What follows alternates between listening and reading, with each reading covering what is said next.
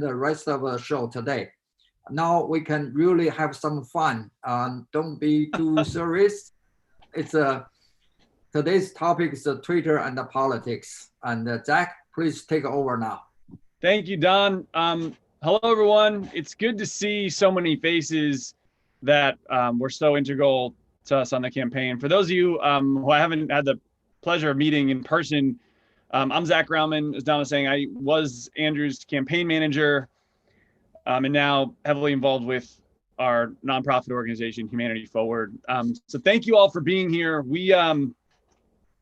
We're joined today by, as you all know and know who they are, two really, really remarkable leaders. And not just in the AAPI community, they're leaders on a national scale. So both Congressman Ted Lieu and entrepreneur Andrew Yang. Thank you, gentlemen, both for joining. I'm not going to read your bios. I think everybody knows who you are, and we'll dive in. Don has asked me to keep this fun and lighthearted, so I will do my best. But I will say, just on a personal level, it's an honor to be with both of you. I look up and respect the two of you very much, and I know a lot of people on this call agree. I think I may be Zach's boss, so he kind of has to.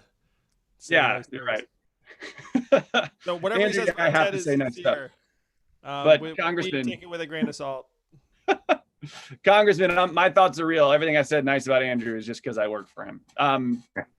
So look, the goal of this conversation, and then I will, as they say in the South, I will hush and get out of the way. But the goal of this is we want to talk a little bit how Twitter is used in politics. And my goal, I thought during this conversation, was to help everyone here understand how both of you have used Twitter and social media to for various reasons, but mainly to lead. And a little context for everybody. Andrew, you've got right now 1.6 million Twitter followers, which is a lot, but it's also really impressive because when we first started, we had 3,000, 4,000. Like, I think we had a bunch of Venture for America fellows that followed you. So we've gone up like this. But then Congressman, I had no idea, and I don't mean this with any disrespect, but I looked at how many followers you had, and you have 1.3 million Twitter followers, and your engagement, frankly, is higher than ours. You have this very active Twitter presence. It's amazing, and I was surprised. So let's start with you, Congressman, if that works. I'd love your thoughts on how you've used Twitter as a tool to lead, and specifically in politics, of course. Well, thank you, Zach. Let me first thank the speakers today. So thank you to Glenn Fukushima, Ken Fong, Katie Yu, and Joe Wong for your wonderful remarks. I do want to thank Don Sun for organizing this event, and so pleased to be able to be on with Andrew. I agreed to do this because Andrew said he would answer all the hard questions. So I look forward to that. To answer your question, I never set out to do amazing things on social media. I just decided one day I'm going to just tell the truth. It's not like I'm doing magic. So it is quite surprising to me that I have this many Twitter followers and that sometimes my tweets will go viral. So part of it, I think, has to do with the way I write my posts. I write it sort of what I think. I don't try to wordsmith it so that it sounds, Congress-like, or sounds like what a politician would say. I just sort of call things as they are. And I think authenticity is something that people are drawn to. I think it's one reason Andrew Yang did so well in his presidential race. And I think there's a hunger out there for people who just want to know what you actually think without all sorts of filters coming in. And I also do count to 10 before I write something on Twitter, because often I'll read an article that will make me angry about what Donald Trump or someone in the administration is doing, and I'll calm down. So there's a lot of deleted tweets you've never seen me issue. Or they stay in drafts, right? So yes. Ted, this is like an inside practice thing. Do they really stay in drafts? Because I also have all of these drafted unsent tweets that would be highly regrettable. So do you go to drafts and then you see all of these like half-formed thoughts where you're like, whoa, like glad I didn't said that one. Like what does the workshop look like? Because I have a workshop too. Right. Yeah. So as a matter of cybersecurity, I just delete them. I don't keep a lot of things around. So yes, you never know what could come out. We used to joke on the campaign that the biggest damage or biggest threat to the campaign was Andrew Yang's drafted tweets that have not been fully formed thoughts that could get out. So some of my drafted tweets are really like would be problematic. Yeah. Ted, sorry, I'm genuinely curious. Sorry about this, Zach, but Ted, when did you start tweeting? Like, what was the timeline like? Because you talk about how you just engaged. Like, when did that get started? I started tweeting when I was in the California state legislature, and at that time, Donald Trump wasn't in office. And by the way, I never set out to resist this president. Shortly after November 2016 elections, I issued a public statement that went something like this. It said, one of the things that makes America great is our peaceful transfer of power. Donald Trump won the Electoral College, and we should give him a chance to govern. A few months later, I concluded I was wrong because he was attacking the institutions of our democracy. He was going after the legitimacy of judiciary. He was going after the free press. And then he was lying at a rate I've never seen a human being lie. And at that point, I concluded that he was a danger to our republic. And I was going to start to call him out on what he did. So if he did 37 crazy things a month, I was going to point out or try to point out all 37 crazy things. And that's when I think my Twitter started to take off. Wow, that makes a lot of sense. Sorry, Zach, continue. Well, no, I love the banter. I think the question is for both of you. I know the answer for Andrew, but Congressman, just to clarify, do you write your own tweets? Do you have a comms team that helps filter things out? How do you run like the workshopping process? I'm still curious about. I have two Twitter accounts. One is at Rep Ted Lieu. It is beautiful and classy and polished. And then there's mine.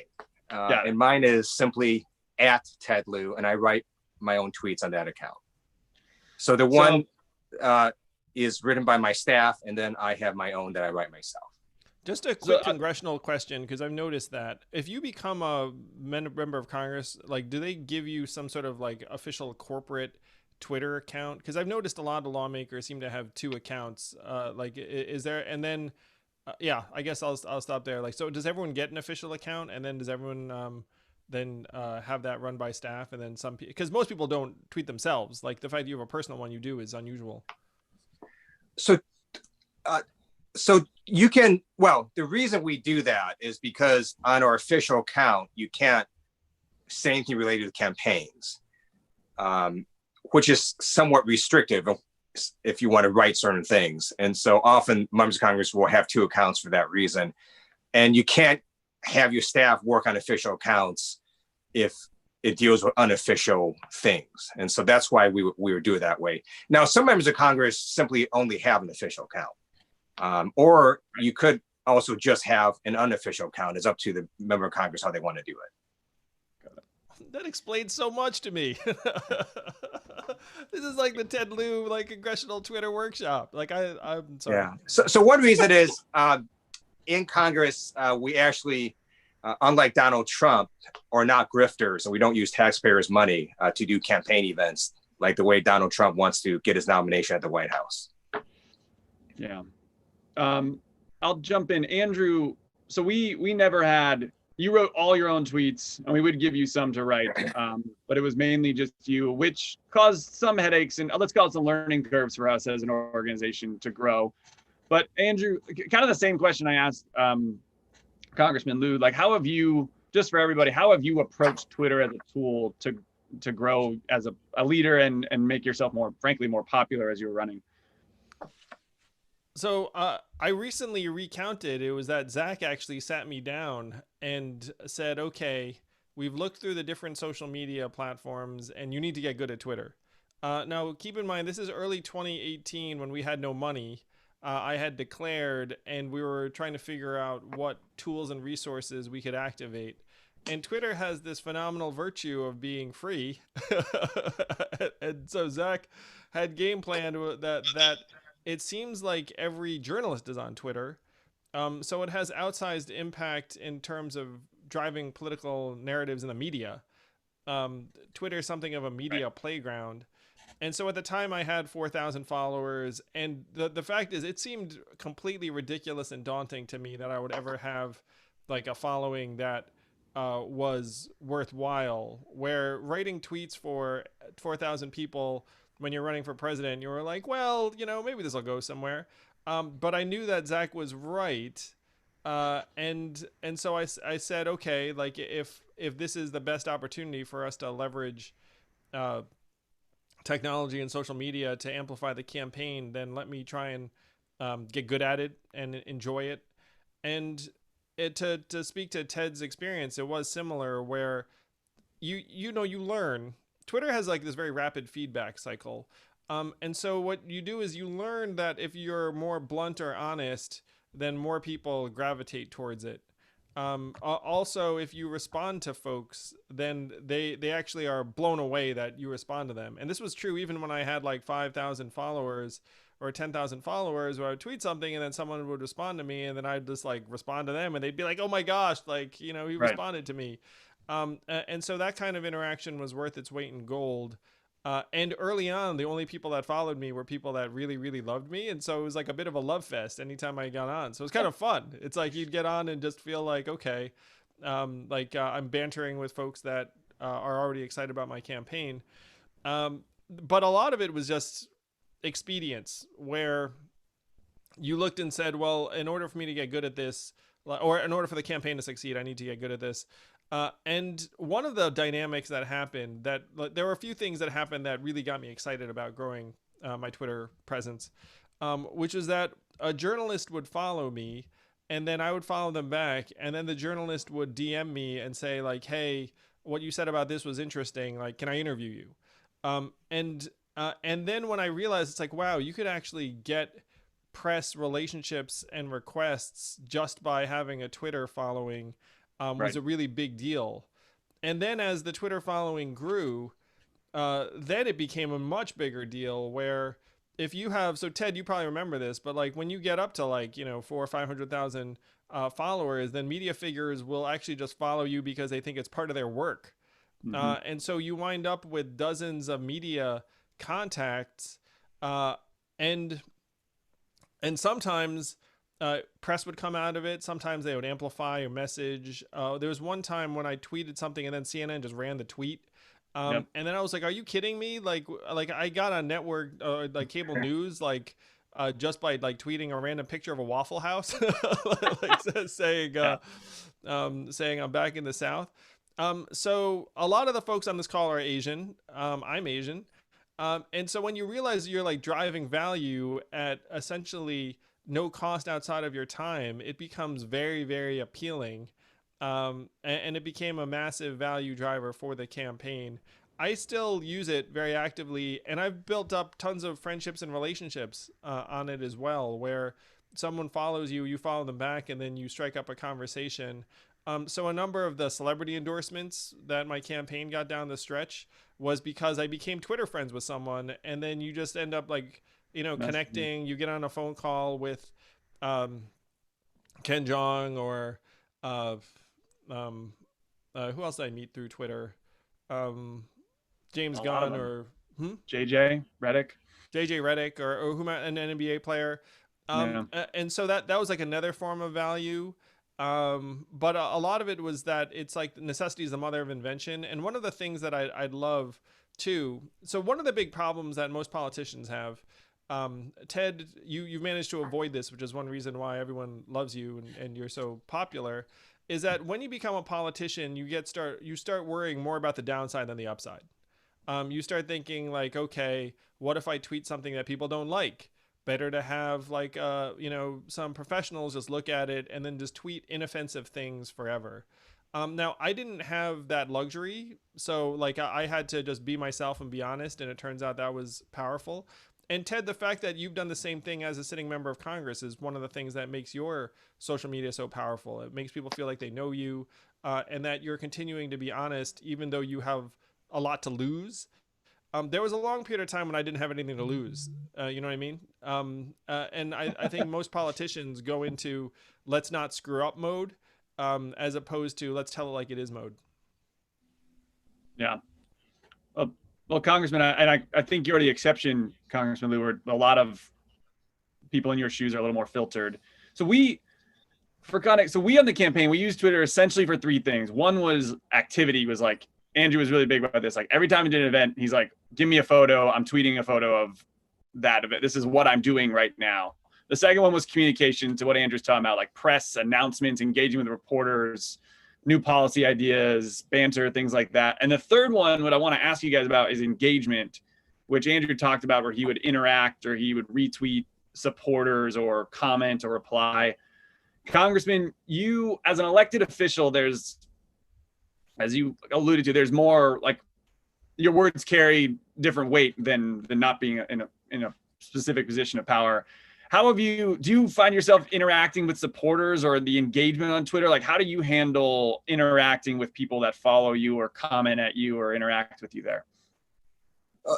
So that's a great question. So let me first say, for everyone who's watching, I think Abraham Lincoln had it right when he said public sentiment is everything. With it, nothing can fail. Without it, nothing can succeed. So I want all of you to understand your own power to shape public sentiment.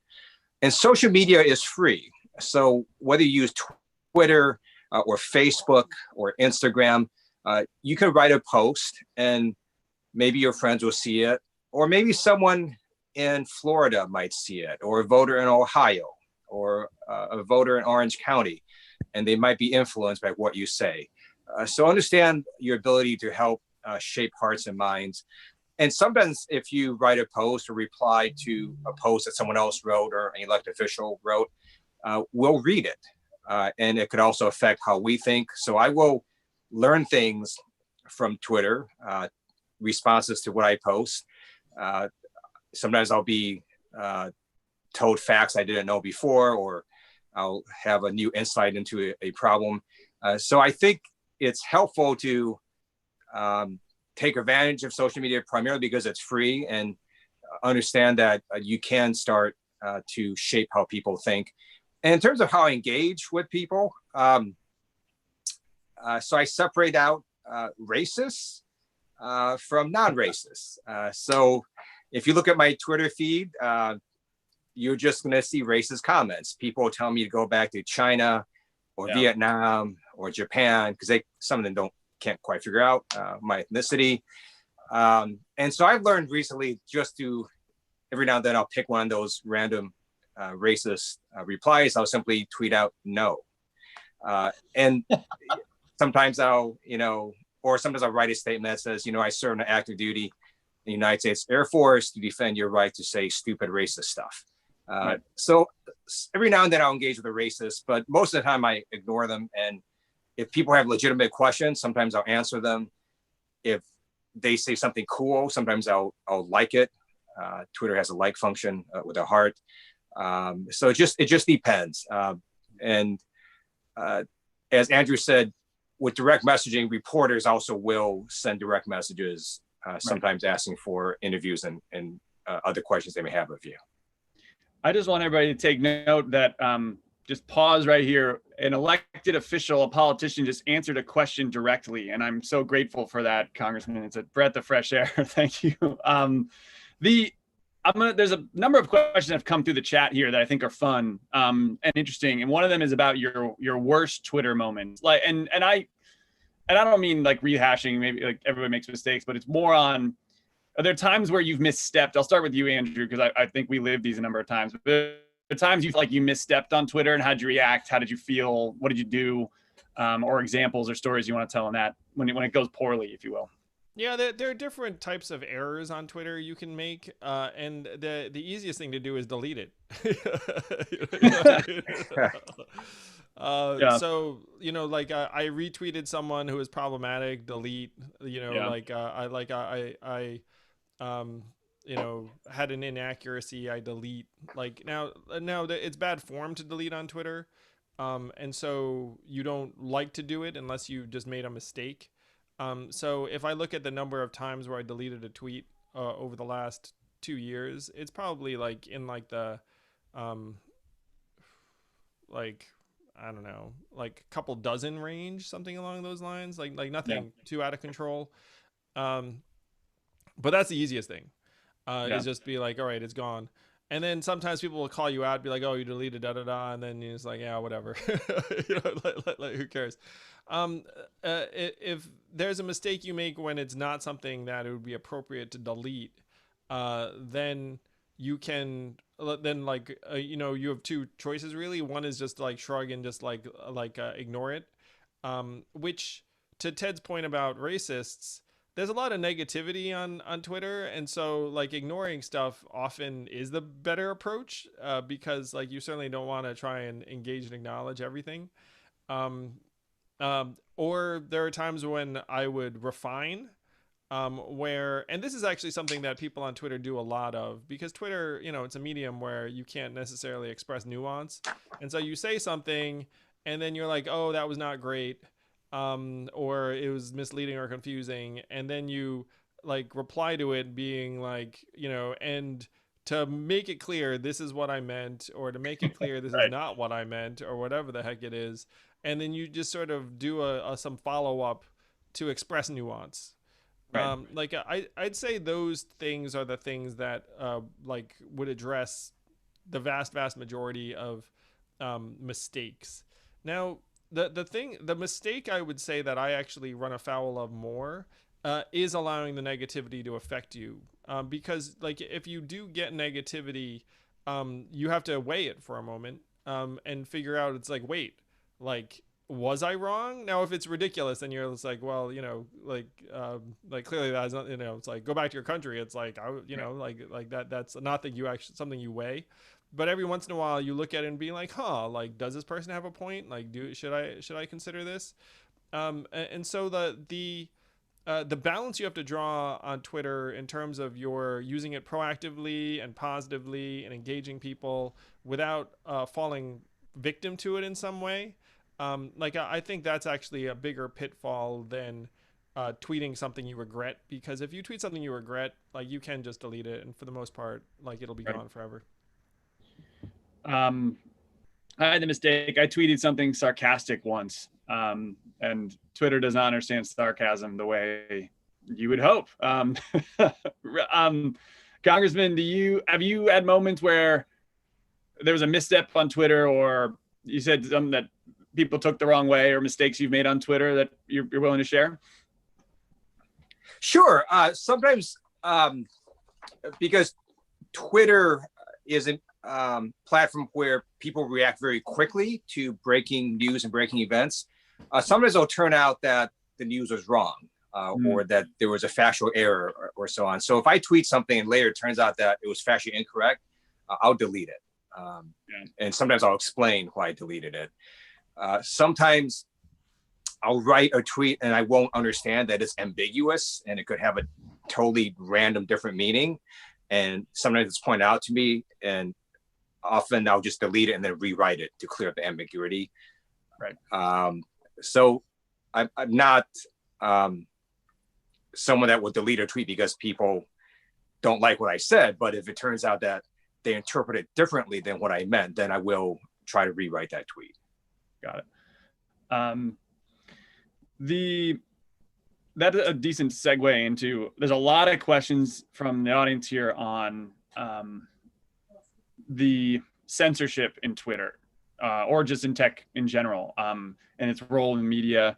And there's a lot of people are curious on your thoughts on TikTok as well. I'm getting a lot of that, but I think there's a, Andrew, I'll start with you. I know you have a lot of thoughts on this, but what are your thoughts on the role of tech companies in censoring, whether it's fake news or hate speech, or, you know, let's call it non-savory or incorrect information out there? What do you think the role of Twitter is, or even a TikTok, or the government's role in regulating that space when it comes to misinformation?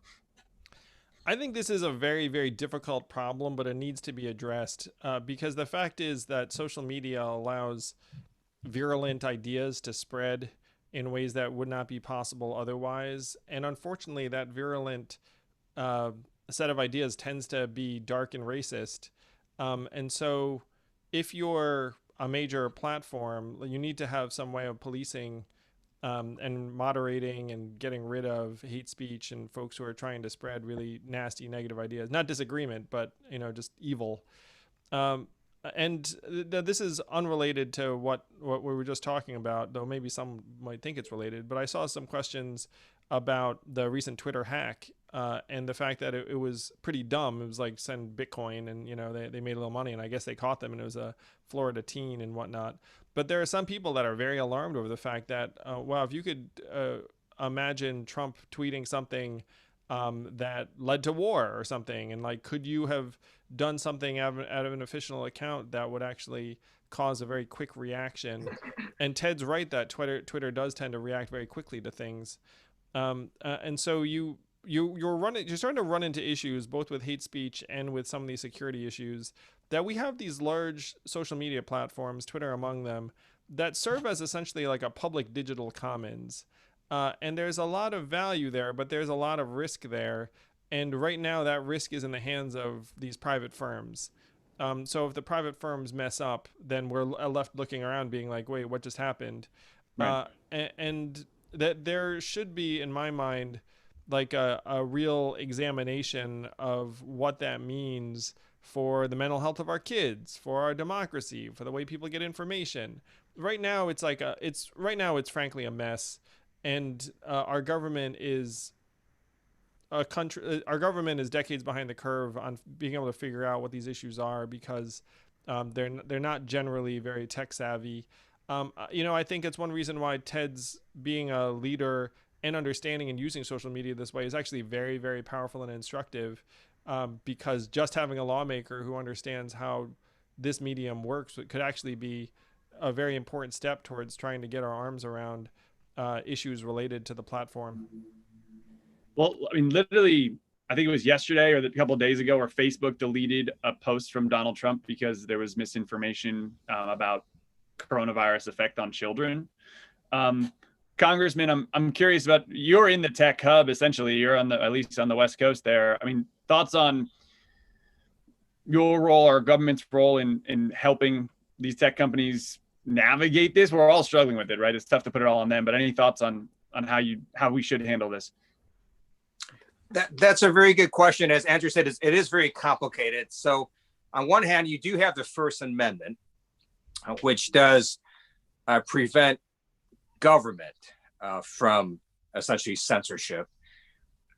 First Amendment doesn't apply to private companies or the private sector at all. So companies can do whatever they want.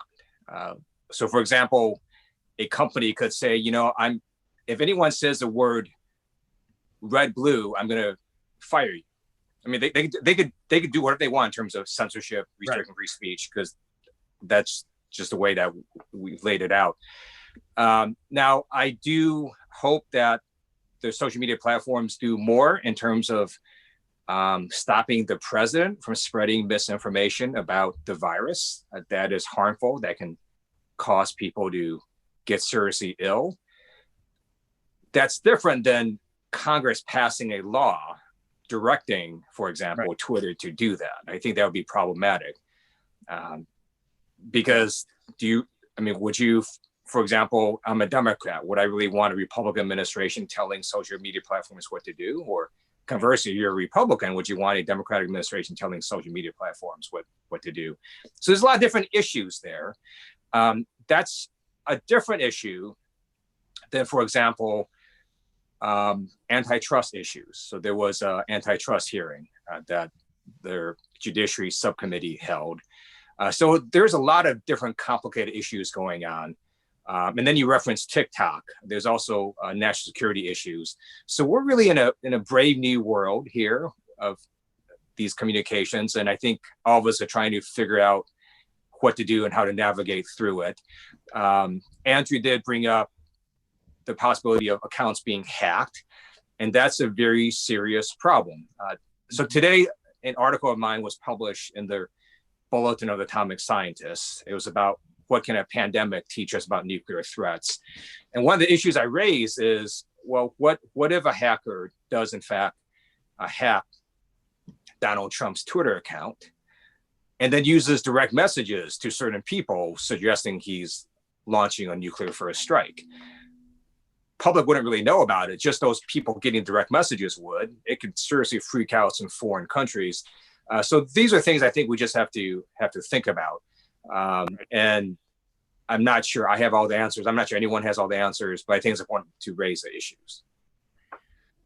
Agreed. And these are, to Andrew's point, these are complicated problems that we haven't been able to solve yet, but they need to be solved, or they need to we start treading the right direction.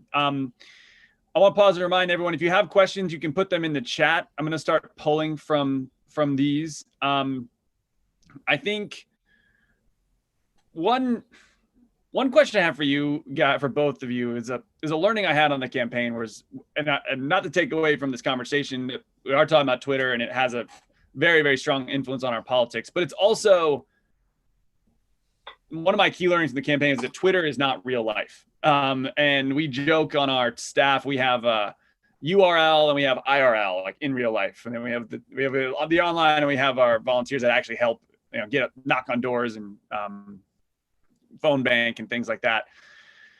How have you, I'll start with you, Andrew, like how have you thought about like what happens on Twitter and then what actually matters on the trail? I think we had some of the highest engagement in all the field, yet we still finished in 5th or 6th or wherever we landed in the popular vote in Iowa, so there was we had a great tech platform, but it wasn't enough to necessarily get all the voters we wanted. What are your thoughts on the difference there and how Twitter only reflects a small population? Yeah, there's a question from Katie where she's saying that 6% of adults on Twitter account for 73% of tweets, which seems about right. There was another estimate I saw that said 21% of folks have a Twitter account. And there are a lot of folks who have Twitter accounts, including, I'm sure, some people on this call that aren't exactly staring at it all the time. Like you might have like created a Twitter account and like you use it once in a blue moon. Right. So to Katie's question about, if you have 6% of adults on Twitter, the danger is that you spend all your time on that 6% and you think that 6% is 100%. Right. And then you think, oh, if I'm convincing these folks, then it's working. Zach and I used to laugh about how there were some other Democratic candidates who seemed like they were trying to please Twitter and like their appeals were not going to work for like most Americans who don't care that much about particular, Twitter type issues. So you need to distinguish between the two. Now, the problem and the beauty of Twitter is that it feels very, very immediate, high impact, valuable, and efficient. Like if I'm in my SUV in New Hampshire and I've got 5 minutes and then like I tweet some stuff and it gets hundreds or thousands of likes, then you're like, okay, I did something, like, and you're like, and it feels very real. And so there is like this Twitter bubble that you have to be judicious about. You have to know that it drives a ton of value for the media and in the online universe. And then one thing I was thrilled about is that we managed to translate the online stuff to the real world, where, I used to have, when we got to rallies, I used to yell like, you don't look like the internet to me, because like people would be like, oh, it's just like the internet. And it's like, actually the internet consists of real human beings who then show up by the thousands to things. So Katie's question is whether it's appropriate for politicians to show emotion on Twitter, right. And to use like personal preference. And there was an earlier question about how do we think Donald Trump's use of Twitter is appropriate? And this is going to sound kind of funny, but I genuinely think you should conduct like a mental health test on the person to see whether like they should be on Twitter if they're in a position of influence or power. Right. And Trump would fail that test, and he probably shouldn't. He certainly should not be on the platform. I think if you're using Twitter judiciously and then you do show emotion, but you do it in a way that people understand is genuine, then it can be positive. But you genuinely like in the wrong hands, as in Trump's hands, like it can be a real tool of destruction or tool of corrosiveness, division, nastiness. And a lot of those negative sentiments just travel more powerfully on Twitter and other platforms than positive things. Right. Congressman, you've probably balanced it in real life and the Twitter sphere very well, in that I imagine most of the people that vote for you are not on Twitter by the numbers. Would you, I mean, have you seen, thoughts on using Twitter to engage with voters? There's other ways you've done it. How have you seen that dynamic play out in your world? So yes, it's true that Twitter is not reflective of the overall population, but there's very few things that are, unless it's basically a poll of a lot of people. So, Fox News is not reflective of the overall population, Right. nor is MSNBC, nor are a lot of other sort of media platforms or radio or TV. What's sort of happened in the last few decades is that people then sort of gravitate towards media platforms that they like or make them feel comfortable or have opinions that don't jar them too much. So for example, if you're conservative, you might tend to watch Fox News. If you're liberal, you might tend to watch MSNBC.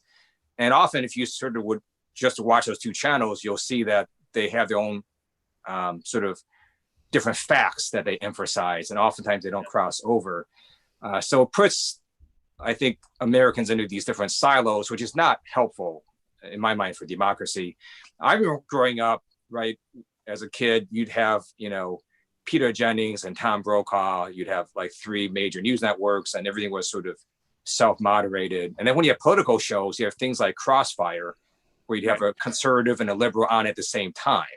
So be having, for example, a show with Rachel Maddow and Sean Hannity on together, I think it'd be sort of interesting, but you don't get that. And so if you just exclusively watch, Sean Hannity, your worldview would be quite different than people Right. who didn't do that. I don't think Twitter is much different. It also is similar where depending on the people you follow, Twitter will sort of send you various tweets. And then over time, you're just going to start ending up tweets that you like and fit your worldview, but you're not going to get a lot of tweets from people who have a different worldview. I'm not sure that is good, but that's just the way the algorithm works, and you have to be aware of that. But it's not, I think, that much different than what MSNBC or Fox News does. Right. I'm going to shift gears a little bit, Congressman, and then Don's going to turn to Ken too before we wrap. But I think I have to ask you this because there's so many comments about it. A lot of people here are curious about your thoughts on the U.S.-China relationship right now, where it's with the president calling it the Chinese virus, with public shaming, or however you want to call it, of TikTok, and various, let's call it, trade tensions or negotiations going on. What are your thoughts on where we stand now from your seat? Sure, that's a great question. So I am an American member of Congress, and my job is to protect Americans, including those who happen to be of Asian descent. My job is to not protect China or Taiwan or any other country in Asia. So there is that sort of bright line distinction.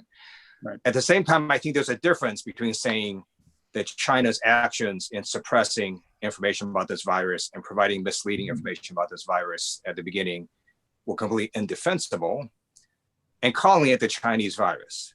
Because when you call it the Chinese virus, then what that does is it leads to people committing hate crimes in America. And we know that since this pandemic has started, over 2,000 hate crimes against Asian Americans have occurred, according to the Asian Pacific Policy and Planning Council. And when the President of the United States uses terms like that, or the Kung Flu, he's just adding fuel to the fire, and he's causing harm to Americans who happen to be of Asian descent. And so that is, in my opinion, what I should be doing is trying to protect Asian Americans and to keep Americans who happen to be of Asian descent from getting harmed. And that's what I've been trying to do, and pointing out the president's racist and xenophobic speech. And I urge him to stop. And thank you for doing that. And we've done some work in Humanity Forward as well. But there's only so much you can do when your leadership is doing something completely different at times. Thank you. I want to make sure I turn to Ken Fong for a comment or a question he had. Ken is, for those of you, I think everybody knows Ken, but just on a personal note, Ken was such an early supporter of ours in the early days when we were not cool and a believer in the campaign and the vision. So I've always had a personal love and affection for this man. Ken, are you off mute, sir? Off mute. I have a question for the congressman. You know that Russia and China is more like an authoritarian state. We are a democracy. If you look at Donald Trump, he looked more like Russia and China now. Do you think that we as a democracy is drifting more like China and Russia this day? What do you feel about this, Congressman? Thank you, Ken. That's a great question. One of the reasons that I started to resist this president is because of his authoritarian actions and statements. When he started to attack the legitimacy of our judiciary, when he started to stifle internal dissent and go after the free press. And I'm quite proud of our judicial branch. I think for the most part, they have stood up to Donald Trump's authoritarian actions. You'll see that the Trump administration has lost the overwhelming majority of cases in court.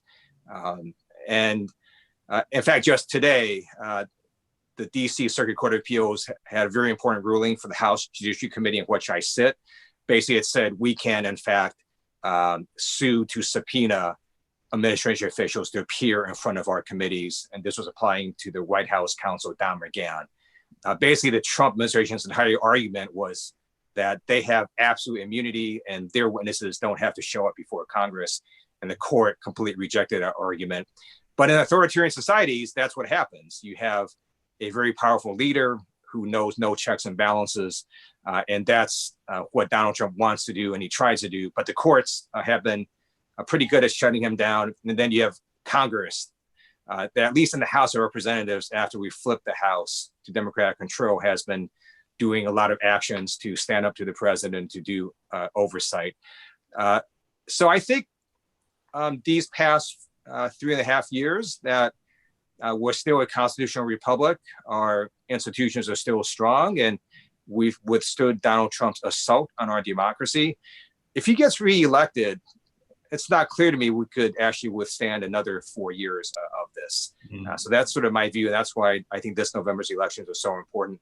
By the way, Ken, you remind me, I should also mention our major sponsors for today, including you. Thank you for doing that, as well as AAGG, National Asian American PAC, Jack Gao, Ray Hing, Jerry Liang, Glenn Fukushima, and Mei Li and Ron Tom. So thank you so much for all your help and support. Absolutely. Okay. So you are still the member of the Judicial Committee, right, in Congress? Yes, I'm on the Judiciary Committee as well as the House Foreign Affairs Committee. All right. Thank you. So I've got a request to ask one last question from Rachel Yang, and then Don's going to wrap us up. But I think it's a good one to end on. Rachel asked, so technologies like Twitter and TikTok and WeChat, they scale up easily to a global audience. Should the U.S. Congress and administration carve out only interests or focus solely on the domestic impact of that? Or how should the U.S. approach, like from a government standpoint, how should we approach the global nature of these tech companies? I just want to say a couple of things real quick, and then I'll pass it to Ted because it sounds like this question's up his alley. First, Ted, thank you for being such an incredible role model on so many levels. Admired you for a long time. Your service, your leadership, your being a strong, proud voice for Asian Americans. You break the mold, and the fact that I get to now be in events with you is a privilege. So thank you for everything you do. Having you as a member of Congress is awesome. Go California. If you haven't donated yet, Ted's, I'm sure Ted's going to stomp whatever loser tries to run against him, but, let's make sure it's a very thorough stomping. So when we came out about TikTok and these platforms, what I said was like, look, China has banned Facebook, Instagram, and Twitter from the get-go, and it gave rise to some of their native companies. And so if you have an issue with TikTok, like that is legitimate for a country to want their social media platforms to have some degree of like domestic ownership for sure when we're talking about very, very large sources of consumer data. And so I said that, and I was like, look, like this strikes me as like a reasonable stance. And the U.S. does have ways of making certain mergers like more, more difficult or easy. And so I think that is appropriate. The West has frankly benefited from the global scale of these tech platforms in many, many circumstances. So in a way, you want to try and maintain that as the precedent. But I think it's appropriate for countries to want a degree of transparency and visibility into a social media platform that's going to be used by tens and tens of millions of its people. And if another country were to adopt a similar stance, I think it's their prerogative. Though, again, the U.S. benefits from like a more global approach. Congressman, any thoughts on there? Do you agree, or kind of where do you come down on the global aspect? Sure. Before I answer that question, let me just say what an honor it is to be at this event with Andrew Yang. Andrew, when you ran for president, you made all of us so proud. And not only did you run, you did a spectacular job. You outlasted governors and senators and members of Congress, and you were at the debates towards the very end. And you also actually, in my mind, said the best line of anyone at any debate. I usually don't remember things from debates, but I still remember what you said in Michigan when you said something along the lines of, when you look at these auto factories, they're not lined with immigrants. They're lined with robots, and robots are taking your jobs. And I think in that very sort of simple example, you provide a lot of clarity to the American people about what's actually happening. So I look forward to seeing you do more amazing, great things. And then to answer the question, so it's true these social media platforms are worldwide. And I think a lot depends on the country it's in, and it can have different effects. So I am pro-democracy. So I support making other countries more democratic. In fact, I'm a member of the House Democracy Project, which is bipartisan, and we actually deal with other countries and other parliaments and try to do exchanges and education to help other countries get more robust democracies. So for example, I would love to have more of a presence of social media platforms in Russia and in China and in Hong Kong and in other places.